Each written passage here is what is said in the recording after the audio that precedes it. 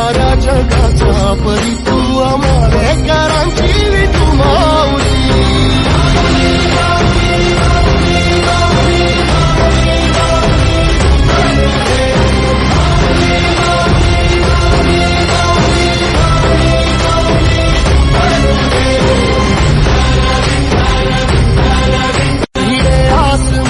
ध्वजा वैष्णवांची उभी पंढरी आज नारावली.